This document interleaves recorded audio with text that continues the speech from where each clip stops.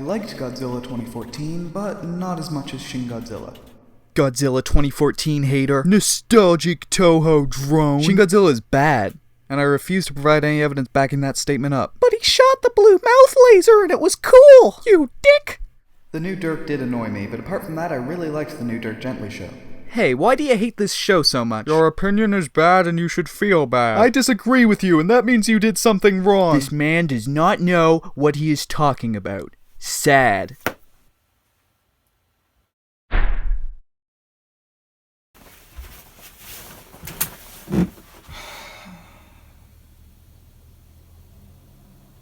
I'm about to do it again, aren't I? Well, shit. Spider-Man, Spider-Man, hey, guess what, I like Spider-Man. There's a new Spider-Man movie out, and I've always been really into pretty much every version of Spider-Man, so now I'm gonna talk about my favorite superhero for 10 to 15 minutes, and hopefully entertain some people on the internet while doing it. Let me just say right off the bat that I liked Spider-Man Homecoming. It takes lots of bold directions, like making a Spider-Man movie that's also a high school movie, and making Spider-Man new to being a superhero and not actually very good at it. Tom Holland was great, there's lots of fun new characters that have great chemistry with him. It was a fun time overall. But after I got out of the theater and started thinking about it, I put it next to The Amazing Spider-Man and next to Spider-Man 1. And of the 3 first entries in a Spider-Man movie series, Homecoming is my third favorite. So why do you hate it so much? I don't hate it. I just didn't like it as much as I liked Spider-Man 1 or The Amazing... So why do you hate it so much? So, let's compare the first movie in each Spider-Man movie series and see how their strengths and weaknesses line up. Is there any basis for the conclusion I came to, or am I just being a stubborn nostalgic nerd? Let's find out! Music! So the original Spider-Man has one of the greatest superhero scores of all time. Danny Elfman's music absolutely captures the tone of that movie, and to me, it's one of the most memorable things about it. If I start thinking about the movie, I may remember Willem Dafoe having a seizure, or Kirsten Dunst pointing at a brochure, or Up and Away Web. Up and away, Web! But if I start thinking about the music, I remember Spider-Man heroically swooping through the air, or fighting the Green Goblin, or walking away from funerals, all dramatic-like. The Amazing Spider-Man obviously couldn't have lived up to that, and... well, it didn't. All I remember that soundtrack being like is as close to the Elfman theme as they could get without getting sued. Although, it's all Sony, so they probably could have just used it if they really wanted to. Anyway, that's not my point. My point is, the title theme just sounded like a knockoff of the Elfman theme. But to be fair, that's just the title theme. That main da-da-da-da melody that they do is, you know, it's alright. Spider-Man Homecoming started it the right way with... oh my god, that's the song! Dude, it's the song! They're doing the song! Yeah, I know. It's the song! But the rest of the score kinda just sounds like every other MCU movie. Bit bland and forgettable. Sorry, Michael Giacchino, I like your other stuff, but you're going up against Danny Elfman and Hans Zimmer here. Actually, this part of it's pretty sweet. Maybe it'll grow on me on further viewings. Action! Raimi's Spider-Man has some dated CG, but in terms of how it's shot, it's all what you would expect, and it works really well. Plus, it's got a bit of a Sam Raimi touch to it. It's not like you're watching Spider-Man going, hey, this is just the Evil Dead, but you can see hints of it. Amazing Spider-Man has some of my favorite scenes in any Spider-Man movie, like the first-person web-swinging that looks like Mirror's Edge, and even though the lizard looks like crap, the fights with him are still fun, and that last scene where he's doing a bunch of things super fast and going through the alley and he does the pose and that scene is so good. This is another one of Homecoming's weaknesses. Homecoming has some bad CG, like maybe worse than Spider-Man 1 CG. Oh, okay, maybe not that bad. Sometimes it's in scenes where it's not even needed, like at the beginning where he's just holding the camera. Why couldn't that have been Tom Holland on a green screen? Or even just a guy in the suit on a green screen? Or that bit where he jumps off the building down to the alley? Hey, it's still in theaters. Work with me, people. I get that you need to CG him jumping down, but once he's on the ground, can't it transition to Tom Holland in the costume? There are some good scenes. I really like the bit where he's swinging around shooting webs over the ship to hold it together, but a lot of the time, it feels like I might as well be watching a Spider-Man cartoon, and there are some great Spider-Man cartoons. A love interest. Amazing Spider-Man did this best and you know it. Moving on. Peter! Look, I'm sorry, that was rude. Maybe there are people who don't like the relationship stuff in The Amazing Spider-Man, but Wait, do I have any obligation to be objective? How did this start again? So why do you hate it so much? Oh, yeah. Wait, no, I still don't hate it. The Liz Crush stuff in Homecoming is fine. I just like Peter and Gwen's relationship more. Peter Parker. Aha, so here's Tom Holland's time to shine, right? Here's one category Homecoming can't lose, right? You're not gonna be happy about this. Alright, Tobey Maguire aside, because I liked him enough, but this is a two-horse race. No, don't cry, Toby, please, I didn't mean it! Everyone loves Tom Holland's portrayal of Peter Parker. And yeah, he's great. He looks like the right age for once, he reacts to everything the way someone his age should react, he's likable and funny and everything he needs to be. But I still like Andrew Garfield more. The way his body language and posture is as awkward as a teenager's, the way he stutters, the way he actually figures things out instead of fumbling around and relying on his magic suit. Oh, speaking of which... The magic suit. Where's my magic suit? Where is... So in Homecoming, Tony Stark gives Spider-Man a suit with a GPS and Batman's detective vision and an AI helper and everything he could possibly need.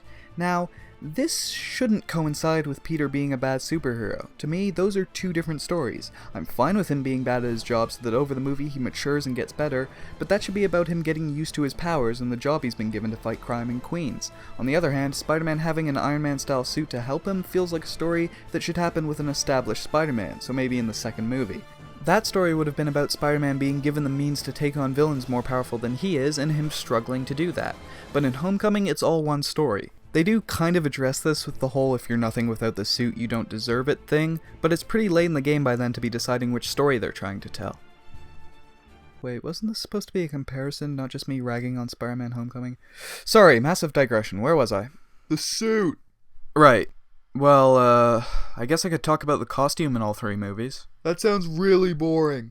Well, I'm in the minority of people who likes the costume in The Amazing Spider-Man, I could talk about that. Yeah, I really don't care. I could talk about how the Raimi costume has that gray web pattern on it, and the new costume doesn't have a gray web pattern on it. I mean, it kind of does, but it's sort of black and thin. You know, you're losing viewers every second. Okay, fine, I'll talk about Peter's normal life.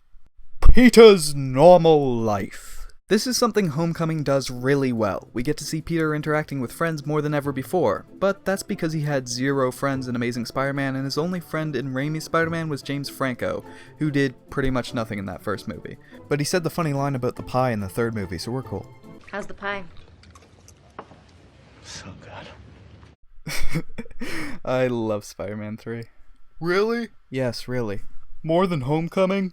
Okay, I don't want to piss people off that much. Right, but do you? Do I what? Like Spider-Man 3 more than Homecoming? Let's move on. Dialogue.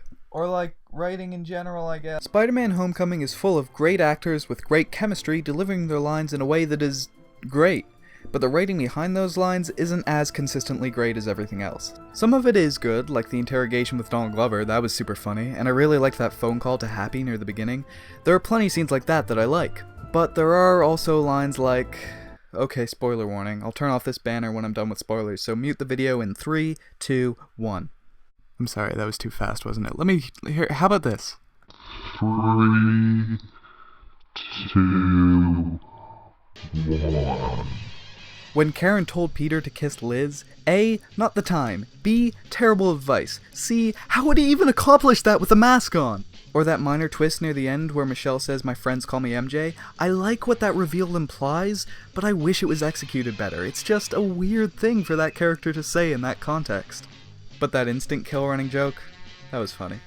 But then you've got stuff like, "Now you're the shocker," that just sounds like fan fiction to me. Time to put your headphones back on. So that should do it. 3 examples I liked and 3 I didn't. Overall, it has some good moments and some bad ones. Right, but anything's better than The Amazing Spider-Man 2, right? Actually, I like Amazing Spider-Man 2. A lot. Not more than Homecoming. Well... Are you being serious right now? Look, man, can I just talk about the dialogue in the No, Amazing... you have literally the worst opinions. That's not how opinions work. Anyway, this isn't a bright side review of Spider-Man 3 or Amazing Spider-Man 2. Amazing Spider-Man has great writing all the way through. It doesn't go as full force with the comedy as Homecoming does, but the more dramatic moments are handled really, really well. Wait, so you're talking about the first one now? Yes. Okay, sorry. Sorry. As for Raimi's Spider-Man, it's very Raimi-y. The word I'd probably have to use to describe the writing as a whole is campy, but that's exactly what those movies are, and that's exactly why I enjoy them. That's the Spider-Man I watch when I want to see a squad of policemen tell Green Goblin to freeze and he says, I surrender! Final thoughts. Look, it's not like I have many problems with Homecoming, it's just that these other movies are pretty strongly lodged in my memory, and Homecoming is just off enough that I'm never gonna like it quite as much as the others. And I do get the excitement of a Marvel Cinematic Universe Spider-Man movie. It is cool to finally see him on the same screen with Captain America and Iron Man. I mean, I'm the guy who watched every 7 Webheads video eagerly awaiting that announcement, always hoping Spider-Man would end up back with Marvel. I miss 7 Webheads. And his adorable accent. A lot of people, maybe they enjoyed the film, sort of, they didn't really hate it, but then they jumped on the bandwagon, hate bandwagon. Who could bash something? Whatever you call it, the hate bandwagon or whatever. Wagon. Wagon, yeah. Well, wagon for me, because I was the guy who actually said Xbox 360 and security guard. By the way, I'm not trying to make fun of him. Please come home, Seven. We miss you. But now that Spider-Man is in the MCU, I have to get used to him being given the same prescribed problems as every other MCU movie, like the bland scores and color palettes and homogenized tone. Guardians 2 may be my favorite MCU movie right now just because it feels so far removed from all the grey, sound the same, look the same Marvel movies we've been getting lately. Oh, but Thor Ragnarok looks awesome. I have a real love-hate relationship with the MCU. But none of this is really constructive criticism, and look, I don't want to be that guy that always whines about how the old thing was better than the new thing, which happens to be the entirety of my script for both my Ninja Turtles review and that Doctor Who video I can never bring myself to finish. But I do like the old Spider-Man movies more than the new one. This is the 3rd time I'm coming across as negative about a thing that I actually like for the purposes of comparison, and I'm sorry, okay? I'm sorry that I'm not as crazy about Spider-Man Homecoming as everyone else is, but I like talking about Spider-Man, and I want to be honest about how I feel, and as a complete package, Homecoming just doesn't excite me as much as the other Spider-Man movies. That's it. Anyway, that's about all I have to say. Feel free to disagree. Which is your favorite? Spider-Man 1, Amazing Spider-Man, or Homecoming? I like Amazing best, then Raimi Spider-Man, then Homecoming, but that's just what I think. You disgust me. Thanks for watching. Wait, so if you like Spider-Man 3 and Amazing Spider-Man 2 more than Homecoming, does that mean it's your least favorite Spider-Man movie? No. I like it more than Spider-Man 2. Wait, Spider-Man 2 is your least favorite Spider-Man movie? Good night, everybody. By the way, does anybody remember that parody of the Spider-Man theme from the early days of YouTube called Old Spider-Man? I can never find it anymore, but I remember it having Spider-Man as an old man with a walker, and one of the lyrics was, "Is he strong? Not really, but he'd appreciate it if you donate blood." And then there was a bit where he saw him through a car windshield and it went, "Look out! You almost hit old Spider-Man." If anyone can find that for me and link it in the comments, that'd be cool. I would research it more myself, but Jesus, no, why?